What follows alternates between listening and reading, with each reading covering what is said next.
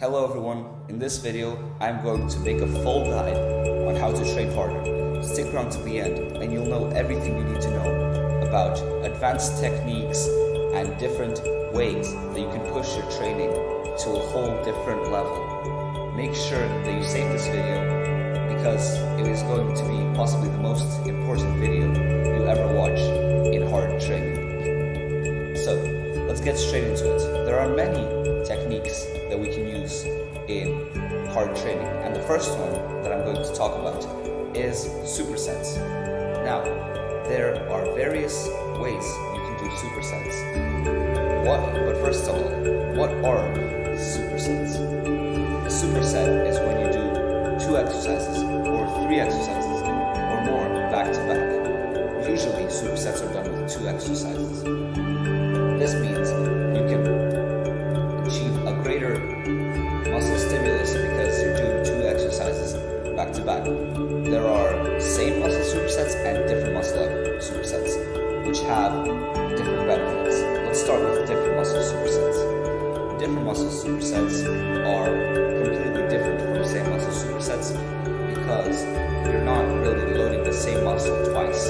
So you're letting the other muscle rest while you're training the first muscle, and then once you finish training the first muscle, you let it rest while you train the other muscle.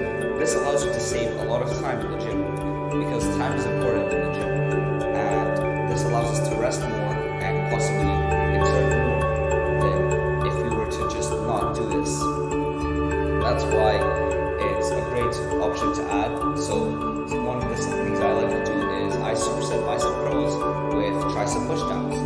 So I get to do a lot more sets of it without being as exhausted as if I did 4 sets of bicep curls and 4 sets of tricep pushdowns. That would be a lot more exhausting, don't you agree? And the reason for that is because I get to rest in between and I don't have to waste time either. Because usually I'll be like, oh no, I only have an hour to finish this workout. I have to go quickly and I don't get as much rest, which means I can't go as hard, and which means I don't build more muscle. And that's the benefit that this type of exercise can offer.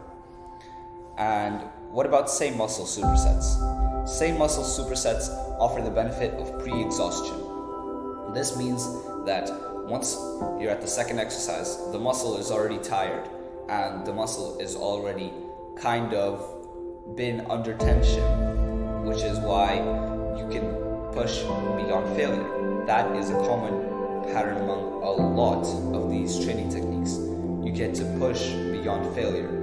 Failure is the point where you can't do a single rep anymore, or possibly when you can't move the weight anymore. They're 2 different things. I'm going to talk about them a bit later. However, supersets, especially same muscle supersets, allow you to push beyond failure because you're done with failure on the first exercise, but then you can get to the second exercise, and suddenly failure isn't a limit anymore. It's a starting point, which unlocks a whole different fragment of your fitness journey that allows you to go beyond failure and go infinitely hard. You'll never train completely at your limit. There will always be more, which is very inspiring.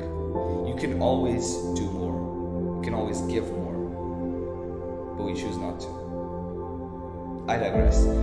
Anyway, supersets that are same muscle supersets also have this specific one I wanted to talk about as an example, which is called 21s. So an example of 21s would be bicep curls 21s. So first you do the bottom half of the range for 7 reps, then the top half of the range for 7 reps, and then the full range for 7 reps.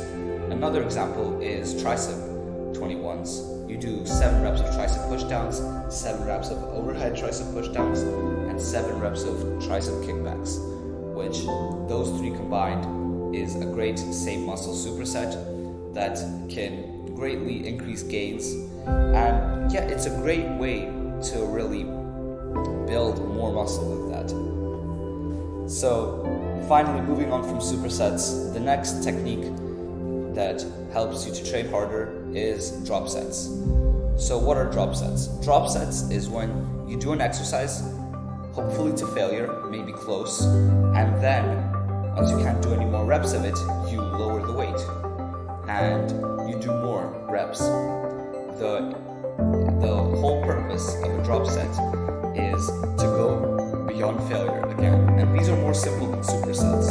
There's only a few ways you can really do a drop set. So there's triple drop sets and beyond, which are really hard, and I don't encourage them for someone who's been training for less than like 1.5 years. But the main benefit of drop sets that really is great is that you have great contraction with minimum load. What this means is you finished going to failure on your normal weight, but you lower the weight to something that would usually be light, but you can keep getting the same contraction or even harder.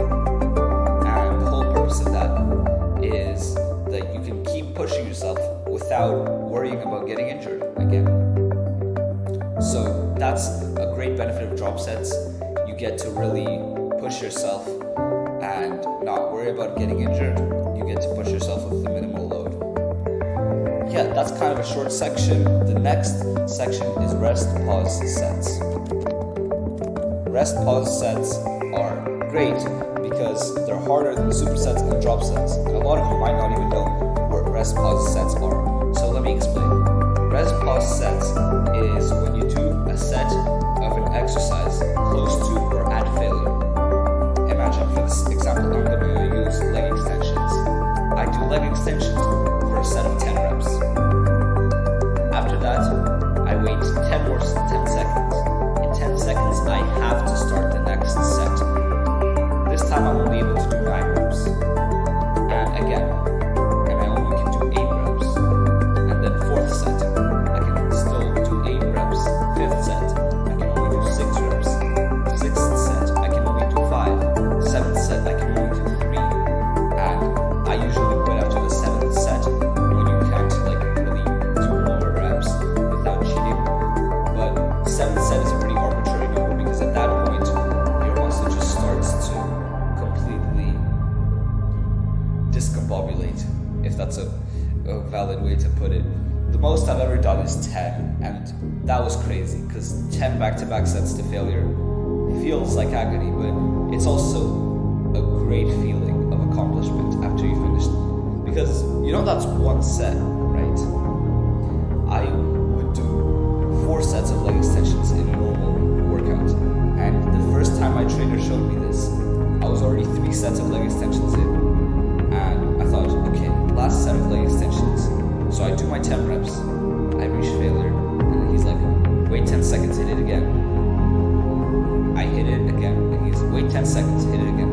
I'm like, fuck, what the fuck is this shit gonna end? I'm like, confused because it's really, really difficult to imagine going beyond failure several times. And that's what rest pause sets offer. And some benefits of rest pause sets are they are yet insanely hard, and that's pretty much the only benefit. You can train with rest pause sets harder than any superset or drop set or partial rep or eccentric, concentric, isometric. It offers the best, most hard load you can think of. It can stimulate your muscles in a way that no other technique can. And I urge you to try it, even though it is hard. Now, I have to warn you, this only is accessible for several exercises. Obviously, you can't be doing this on a squat or a deadlift because your body would probably crash and collapse. But you can do this on isolation exercises. So, leg extensions, bicep curls, even bench press really, even though it's a compound exercise. But for bench press, it's a little hard. Basically, I recommend this for isolation exercises. For compound exercises, it's hell. It's not something I think you should pursue. And I think, yeah, it's something that should be exclusively for isolation exercises, at least for the first part while you're incorporating it, if you're not used to it. Now, moving on to the next technique on how to train harder, that is eccentric focus. Eccentric focus means you're slowing down your reps and you're in that bottom phase for longer. That that means that your bottom phase is longer than your top phase, and that is important because scientifically, that phase is more likely for you to build muscle than any other phase of the movement. There was a study on the 3 phases of the movement. What happens, which people build the more muscle? So there's people who just did the upper part of the movement, there's people who just did the eccentric part of the movement, and there was people who just did an isometric hold. And the people with eccentric made the most muscle, the isometric made the second most, and the concentric made the least muscle. Which is interesting because 99% of people's training revolves around concentric because it's more fun, and even mine does. But I always like to focus on the eccentric to really make sure I'm maximizing my muscle growth potential. Because other than that, it's just a waste of effort to only do concentric. You're not fatiguing yourself more, but proportional to the amount of muscle you're gaining, you are fatiguing yourself more. And eccentric focus also allows more pure time under tension. Time under tension is the amount of time that your muscle goes through stimulus. So it's important to maximize time under tension because it can lead to better muscle growth and more muscle stimulus. Time under tension is how much your muscle contracts for how long. And if we can maximize time under tension, we thereby maximize muscle growth.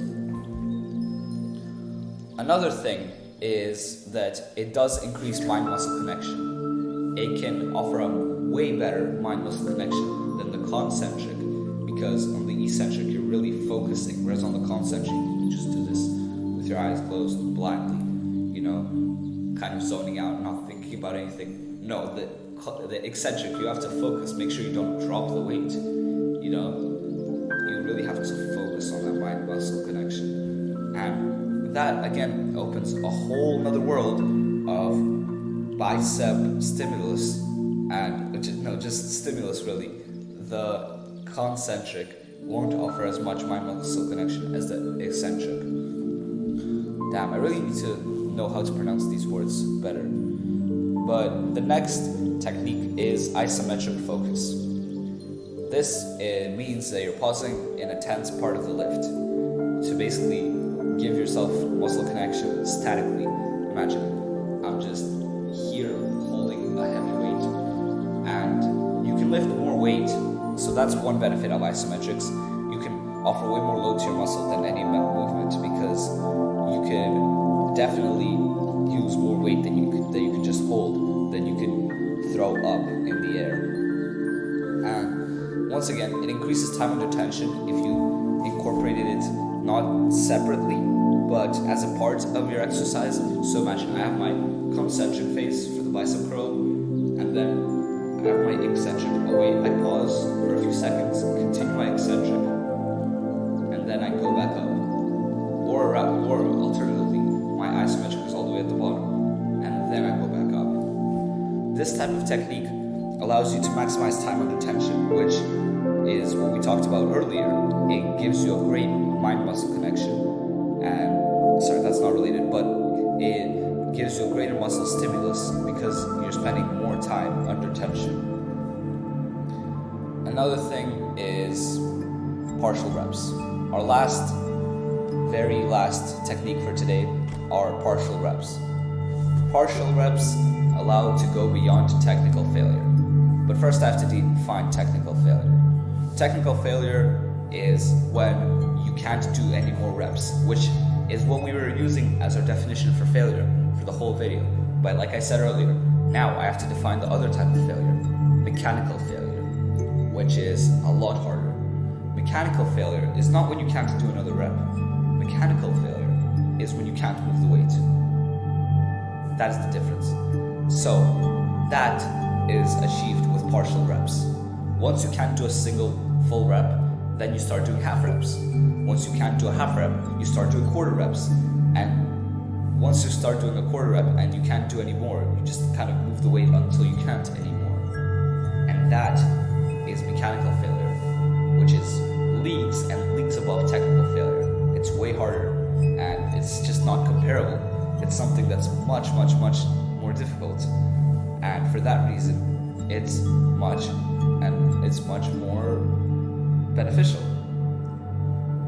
So yeah, that's it for the different steps. Your actionable step is to incorporate one of these training techniques in your next workout, one of these that you're not already doing. So this does apply to everyone, because I assume there are only a few select people who do all of these, because even I don't do all of these. I only recently started to do partial reps, and I'm using them only in some workouts. So this applies to everyone, to you, to me. Everyone watching this video can benefit from this actionable step. And that's it for this video. I have a paid fitness community. Check it out. It's going to be in the link in the description. Subscribe to the channel, like the video, and finally, embrace progress, not perfection. See ya.